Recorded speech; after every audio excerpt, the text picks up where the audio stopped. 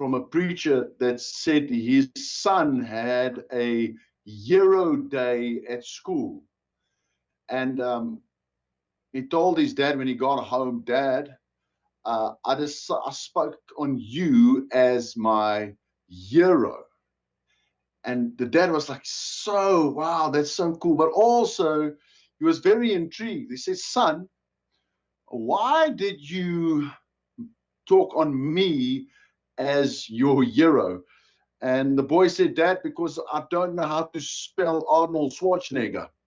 And so Hebrews 11 is the pavilion of faith heroes.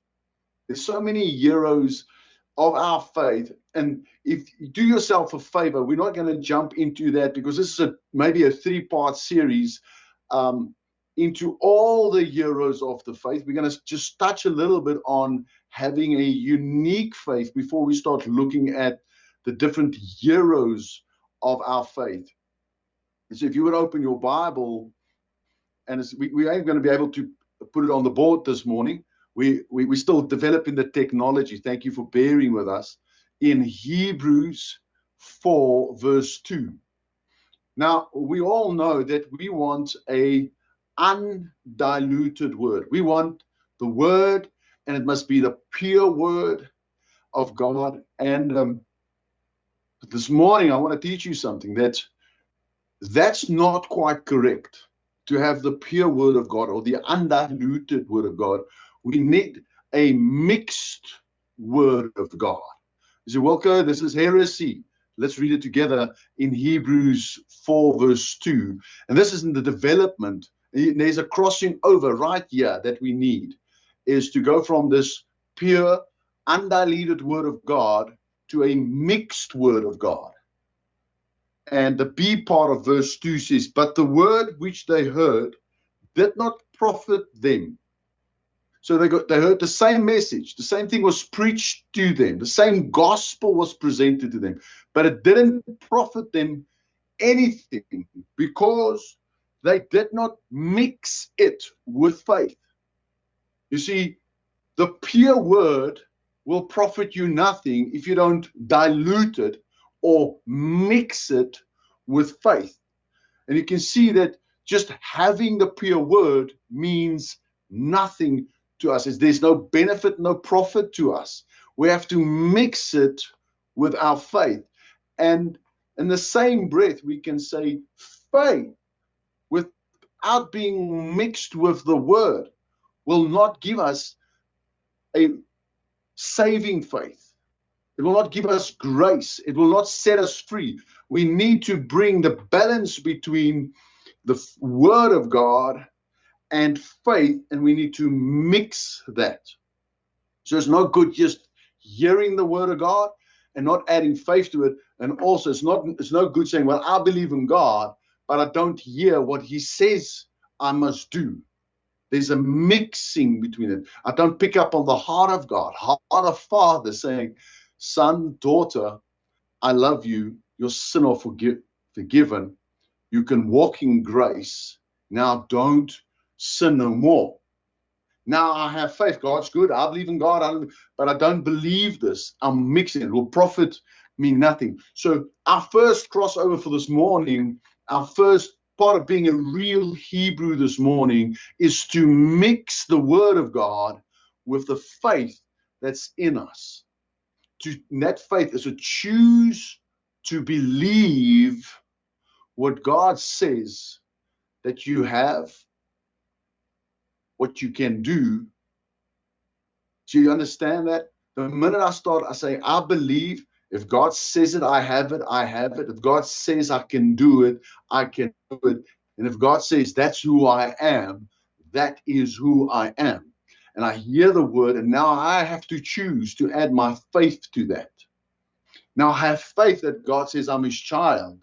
Now I have to add deeds to that. I need to walk as a son and a daughter of God. I need to cross over. I can't just say, well, I've got faith or I have the word. I have to mix it up. The second thing this morning is in Hebrews 6:1, that you have to take God by faith, and of faith towards God. You and I have got a decision this morning to believe the Lord. Faith towards God, or taking God by faith, means I am going to believe the Lord. Abraham, it was accounted to him for righteousness, for believing what God said to him. God said to him, Abraham, though you are sterile, though you are aged, you're going to have children. Look up to the stars, my son. That's how many descendants you'll have. Count the grains of sand. That's how many children you will have. Abraham said, had to look in the natural. He had no son. But because he believed God, another instance where God tested Abraham and he believed God was with his son Isaac. When he wanted to sacrifice him, well, God asked him to sacrifice him. God provided a ram in the bush. That ram talks about Jesus, the provider, the one taking mine, your place. He is the one that comes and says, I'm taking it on me. Or will you believe God? You see, I cannot know what to believe God. I don't know what the promises are unless I have the word. So I need to read my Bible. I need to dive into this love letter that Father has given us and read my word. See the heart of my Father, the heart of God. What is he saying to me? What is he promising to me? Because our covenant, our gospel, our New Testament is one of being bequeathed. It's made in his will to us that we can have promises. The next verse I want to bring to you in having a unique faith is enter the rest of God being by faith. So the first thing I want you to know that the scripture says that the kingdom of God is love, peace, and righteousness with joy. So peace is being at rest in God. And I want you, maybe you didn't hear those messages. You can go back on our YouTube channel and go listen to that Sabbath versus Sunday speaking about the rest of God. See, on the seventh day, God rested not because he was tired, but because he was satisfied that he has got an ambassador on the earth in his image with his authority. He made Adam in his image and he gave him dominion, authority. And then God rested. God didn't rest because suddenly he was tired of 6 days of creating. God does not tire. He is self-sustaining. He's everlasting. He is the same. So he never tires. He never changes. So God didn't rest because he was suddenly exhausted. He rested because he made Adam in his image with his authority. What did Adam do on that first Sabbath? Adam entered into God's rest. Adam does not live from a place of working for rest. He lives from a place where he works from rest. Adam had to work in the garden. He had to tend to the garden. He didn't do that from performance place. He did it from a place of, my Father loves me. I am at rest in my Father. Now this morning you might be sitting there and say, Wilco, I'm a little bit busy. Maybe you've been running around. Maybe you've not found a peace, a rest in the inside of you. There's a big crossing over this morning that you cannot perform your way into God's kingdom. You cannot perform your way so that God can love you more. He loves you perfectly already. And he says, I want you to enter my rest There's the word of God. Now you need to mix it with faith. I'm going to enter into the rest of my Father by faith, that He loves me, He is satisfied with me, I am good enough for Him, He approves of me, He has dealt with my sin, He has dealt with my shame, He's got my future in His hands. I'm not going to be overly stressed and worried about what lies in tomorrow, what's going to happen to the economy, what's going to happen to the fuel price. I'm not going to go into that place. I'm not going to be overly worried about what's going to happen to my children. I'm going to go in place of rest. Father, you've got my children in your hands. I am entering your rest by faith. You see, this is a unique faith. This is a place where we cross over, not just in words. And you've heard, you speak to those people. I speak to those people and say, I've got faith. I've got plenty of faith. I've got strong faith. I've got big faith. But they're not at rest. They still have habits to make them calm. They're still in overdrive, an emotional overdrive, because they're not at rest. They're constantly tired, constantly exhausted, constantly negative. They're not at rest. Even the legalist is not. If you look back to Jesus' lifetime, when the police of the rest day, the Pharisees and the Sadducees, they were the police then of man's Sabbath, the seventh day. They were the policing that. And when Jesus healed somebody on that, they said they want to kill him. They want to persecute. You can't be in the rest of God and have murderous intent in your heart. You see, when we enter into the rest of God, not man's rest, it's not about a day, it is about a person. Rest has a name, and his name is our Lord Jesus Christ. When we enter him with faith, now we're mixing the word with faith. That's Hebrews 4, verse 3. For we who believed do enter the rest of our Father.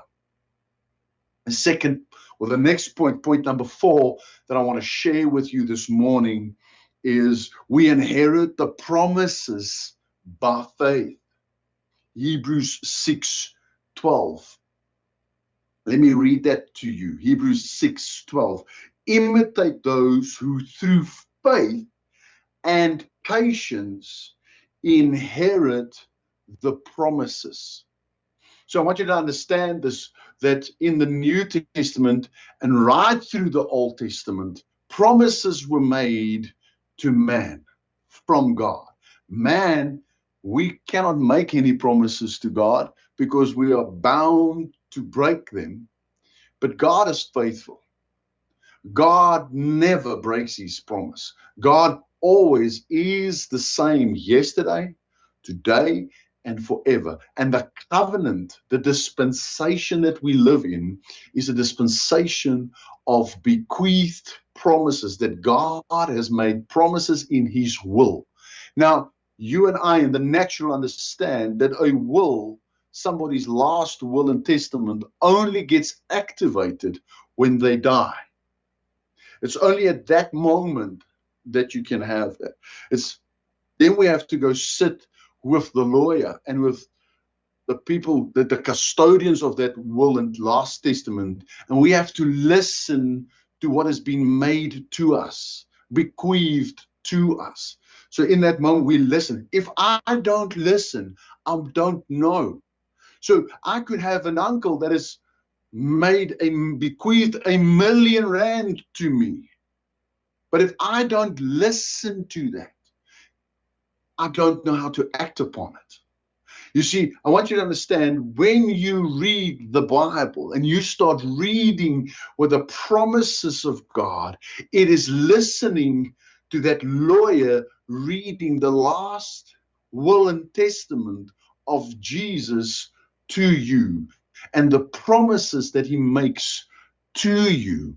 So all the Old Testament promises washed through the cross to Jesus is made to you. And all the New Testament promises is made to you. It's in Jesus that all the promises of God are yea and amen.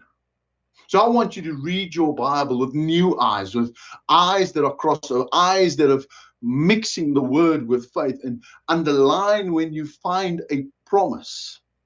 For example, in Ephesians, it says, you are seated in heavenly places, blessed with all spiritual blessings. You see, there's a promise right there. I am blessed with all spiritual blessings. And I underline that. And I can take that to my prayer life, because I want to take this word and I want to mix it with faith. I'm standing in relationship with my Father. I say, Father, what are these spiritual blessings?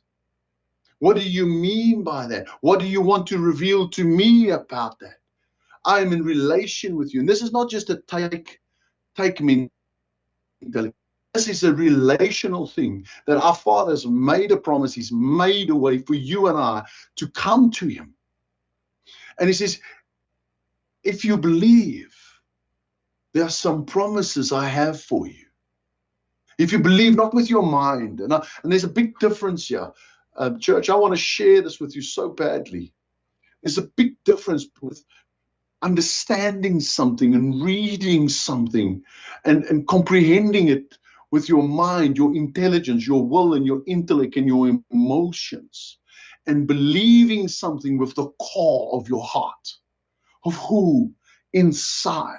And the word of God needs to go from this logos place, which is my head, and it needs to peter down and infiltrate my heart to the rhema place, where I've got a revelation of faith in my heart. Because Romans 10, verse 8, 9, and 10 says that if you believe with your heart, you will be saved. Not if you believe with your mind. You see, there's something where you believe something with your mind, and it's a whole different place when you believe something with your heart. You see, you can believe in your mind that you love somebody, but when that somebody is not there, it's not your mind that hurts. It is your heart that hurts. And then you have a realization. I love this person with my heart. I believe with my heart. I have to get past this, my intellect. And as Fani used to say, this educated idiot box. I have to get past this and start opening up my heart, because heart is relationship. If you're in conflict with your spouse, your heart is one side and you are just dealing with your mind in the logos part, and you're thinking logically and you're making logical arguments. And we've all done that. You get into a place where you, as long as your argument makes logic sense, you can win the argument and lose the person's heart.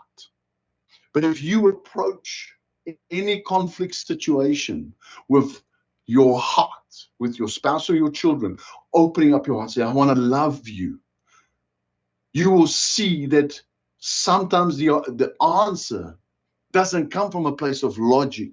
1 + 1 = 2. It comes from a whole relational place, that I don't want to hurt you. I don't want to disappoint you. Our relationship is more important. And why am I saying this morning? I'm saying this because there's a deeper level of faith. There's a faith that you believe from your heart. Imitate those who, through faith and patience, we live in a now society. We live in a microwave society, an instant society. Now, maybe the youngsters there this morning, you don't know what a dial-up modem is. But when the internet just started, it started with a little dial-up modem that went all these funny internet sounds, these analog sounds, and you would wait up to 2 minutes for a connection to happen. And the speed that happened was very, very, very slow. You see, before that, we had fax machines. Before that, we only had telephones and email. Well, emails came a bit later. We had to send letters by post. So any communication happened slowly. It wasn't instantaneous. Even the TV remote used to be much slower. That wasn't instantaneous because you had to convince your child to get up and go push the button because they were the remote. Okay? It wasn't just a little black button. Well, we used to be those remotes. The people that are older know exactly what I'm talking about. They had to just tell you, I've got change the channel. You are the remote. Didn't happen as fast and instantaneous. Even now, as I'm standing speaking to you from give or take 1,000 kilometers away, it's instantaneous and via a little camera through the sound desk, the sound goes, and there's maybe a lag of a second. It's instantaneous. Faith does not work like that. Faith works with patience. Having a unique faith means I require patience. You see, we live in a society and a place where we believe that the world revolves around us. And we are the center point of our story. We are the main characters in our story. And that's not true. See, when we have a faith, a unique faith, a faith that has crossed over, we realize that Jesus is the main character.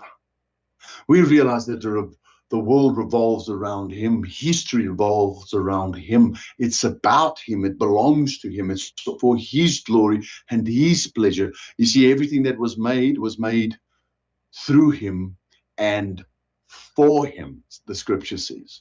You see, and when we understand where our position is in his story, we will have more patience because we know that he is writing us into his story, into what he wants to accomplish in his kingdom. And you and I have got a vital part in that. This is the beauty of the relationship that the Lord has with us. He's not doing the world just by himself, for himself, the way he is doing it, and he gives us a portion of that story. That's why you are important to him. You are important in his kingdom, in his objectives, having people saved. What's God's objective? It's the will of God that all men be saved.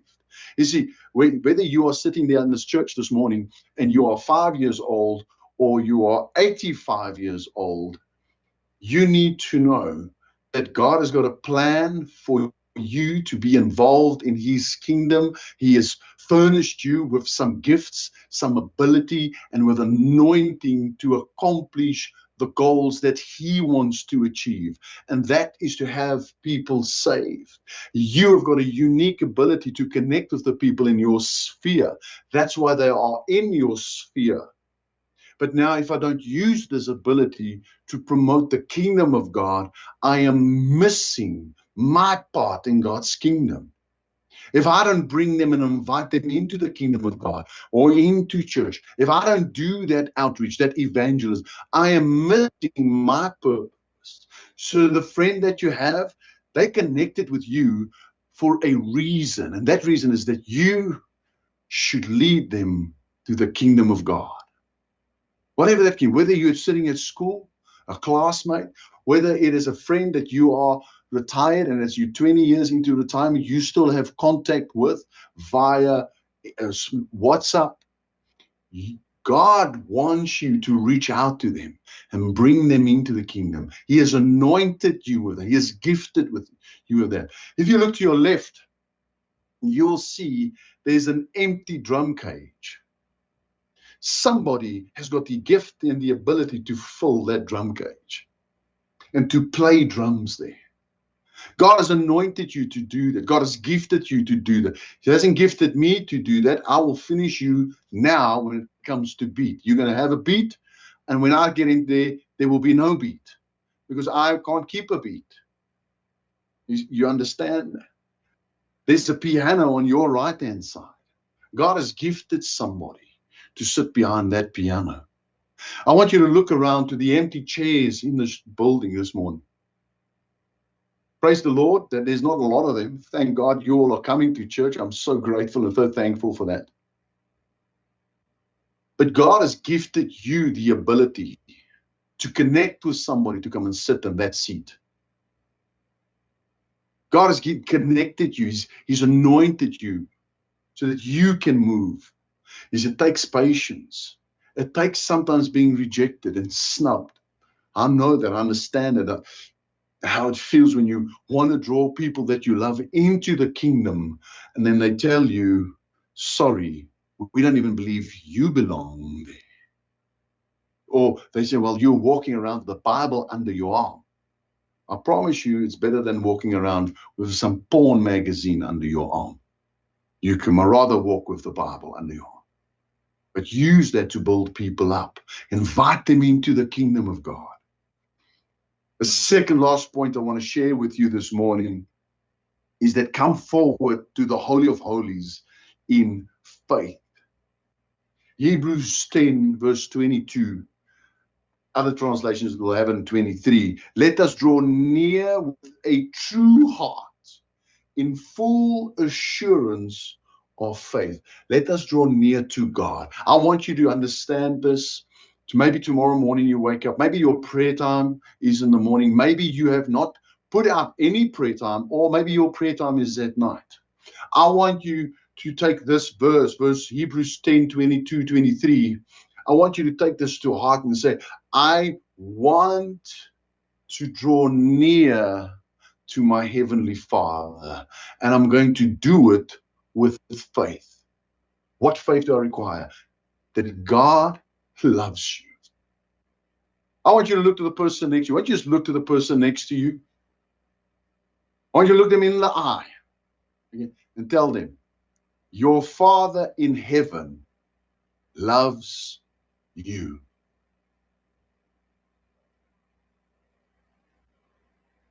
It's so important. Faith comes by the hearing of the word of God. For God so loved the world that he gave his only begotten Son, that whoever should believe in his Son Jesus as Lord and Savior will not perish but have everlasting life. No performance there. There's only surrender there. There's only a place of walking, mixing the word with faith. I choose to believe. I take God by faith and I say, this is my promise. There's a promise of a better life to come. Tomorrow is going to be better. Next year is going to be better. It's not going to be calamitous. I'm not going to walk around with this broken spirit saying, oh, how terrible it is. There's more potholes. There's more fuel. The bridge. I'm going to walk around like that. The cry. No, I'm going to walk and say, tomorrow is going to be better. There's some promises that my Father has made me. He loves me. I want you to draw near to him in your prayer time. Say, Father, here I am. I'm not perfect. Lord, I've stuffed up. You know everything that I've done. Lord, maybe I feel not good enough. Maybe I feel not worthy of your presence, of your maybe all of us have to finish with that. We have to finish with the past. We have to what lies in the past to what lies of relationship. I'm not making little and I'm not making small your hurt and your pain, your rejection, your failures of the past, not even your successes. I'm not making small of that. What I'm making is making big of Jesus. I'm making big of the cross. I'm making big of the way that he's made for you and I to come that to which is perfect, which is better than anything in this world, is stronger than anything in this world. There's more loving than anything in this world. It's more welcoming than anything this world can offer. It's more fulfilling. And that's where I want you to draw near. Draw near to what lies beyond the veil, into the Holy of Holies, into God's kingdom, into this place where there is no crying. There's no tear. There's no heartache. There's the love of my Father that expels all forms of fear. Maybe you fear rejection. Maybe you fear abandonment. Maybe you fear you're not good enough. Maybe you fear you'll never make a success. Maybe you fear financial ruin. Maybe you fear financial success and you don't know how to handle that.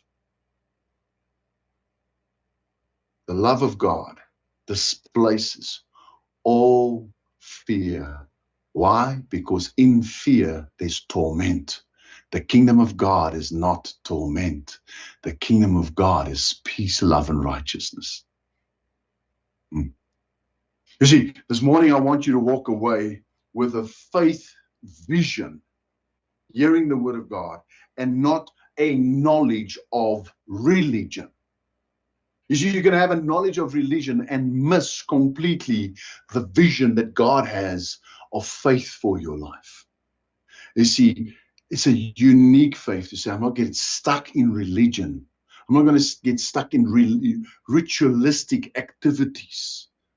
I am going to be vibrant by faith in relationship with the Lamb of God that lives beyond the veil in the holies of holies.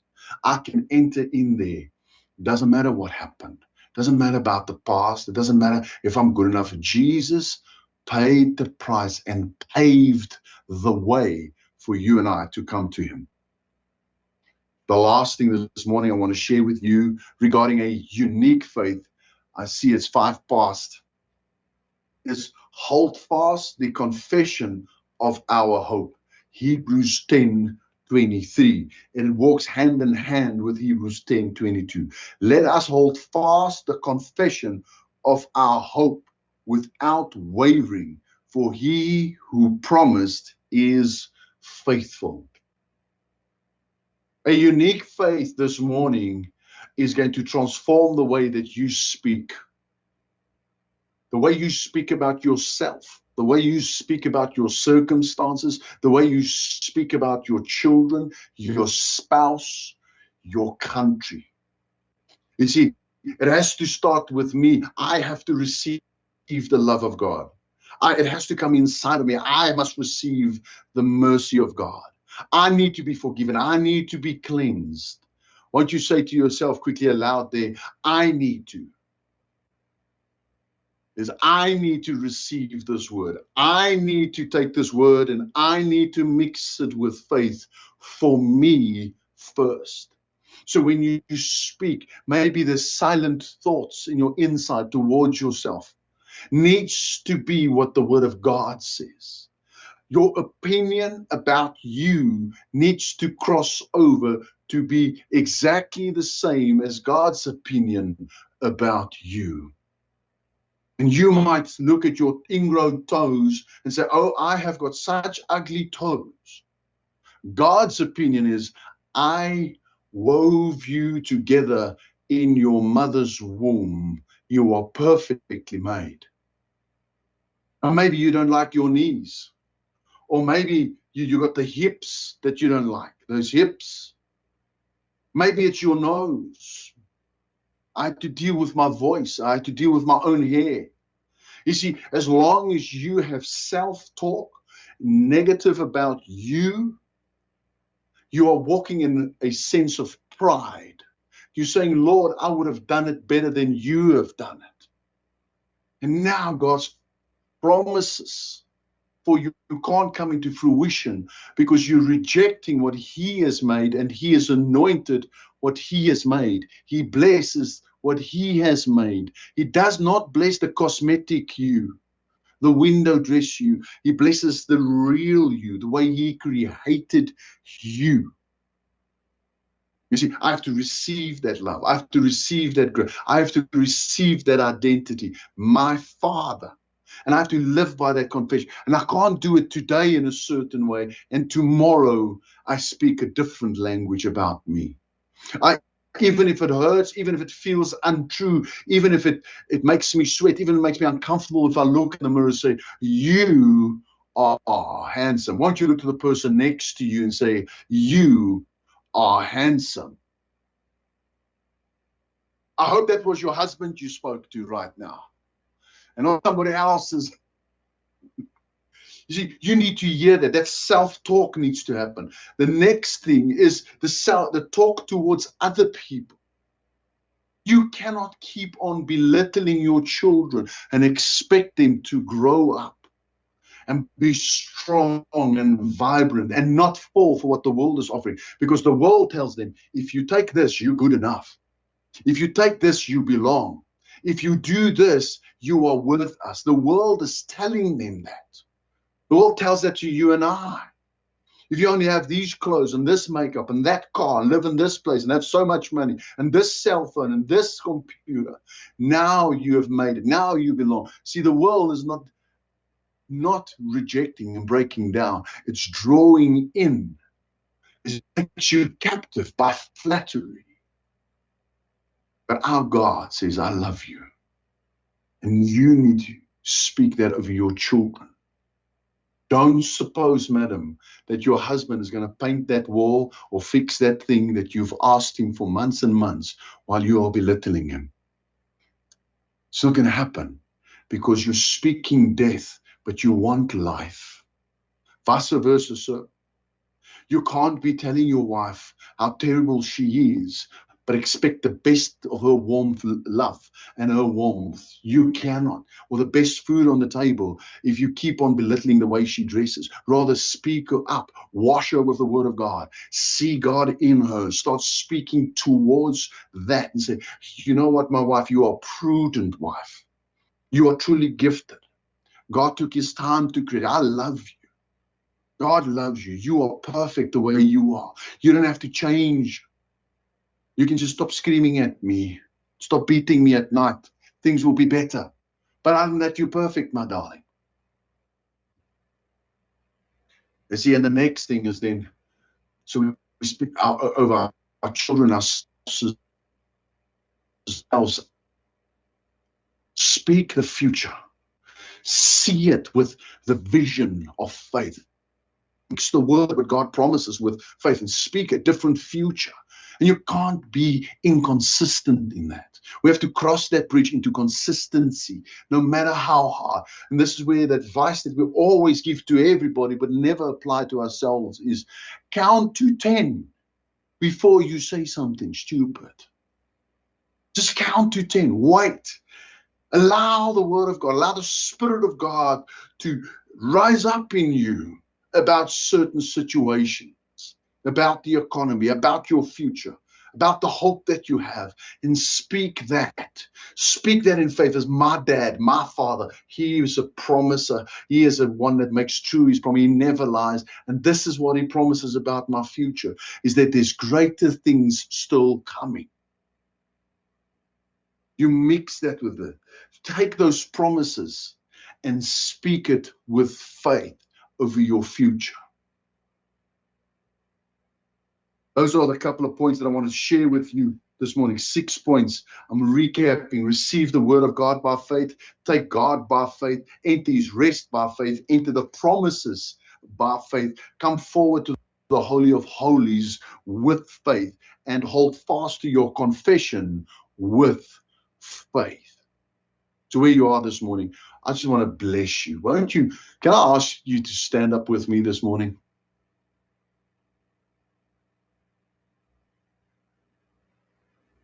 I almost had a naughty thought to say, won't you sit down again? But I'm just joking. Because I can see you on my screen. You all stand up. So it's like one man you stood up there. It's so wonderful. Church, I want to bless you. I just really want to bless you this morning. Won't you just open your hands like you are receiving something? I want you to think of this. Jacob sold his birthright because he thought nothing of the blessing of God on the firstborn. Esau sold that. Jacob stole it. Esau thought nothing about it. But Jacob would steal it. He would lie to get his hands on something that you cannot see with your eyes. You see, Hebrews 11:1 starts off, it's invisible. Faith is grabbing hold of that which is invisible this morning. I want you to open your hands and say, open your heart this morning. Say, Lord, I want to receive what is invisible this morning. By faith, I'm going to do that. Let's close our eyes and we pray. Father God, I thank you for this opportunity to come and bless the listeners and the watchers and those people that are actively in church this morning in person. And Lord, We want to receive the invisible, the blessing of our Father, the presence of our God with faith. Lord, will you fill us, fill them this morning with a unique faith, a faith that knows how to cross over, a faith that is resilient, a faith that is patient, a faith that is vibrant, a faith that is mixed with your word. And I bless you this morning with the fellowship of our Father, of him who lives beyond the veil in the Holy of Holies. I bless you with the confidence to go in there and feel at home and at rest in his presence. I bless you with the character to follow through with the resolve and the decision that you make this morning to walk in a unique faith. God bless you in Jesus' mighty name. And everybody said, Amen. Thank you so much, guys. Thank you for coming to church. This is a new experience for all of us. I hope it was a surprise. I hope it was special. It was for me. I do miss standing in front of you and seeing your faces. God bless you. Know that Kwazela and myself, we love you, and we'll be back in a couple of weeks' time. God bless you. Keep well.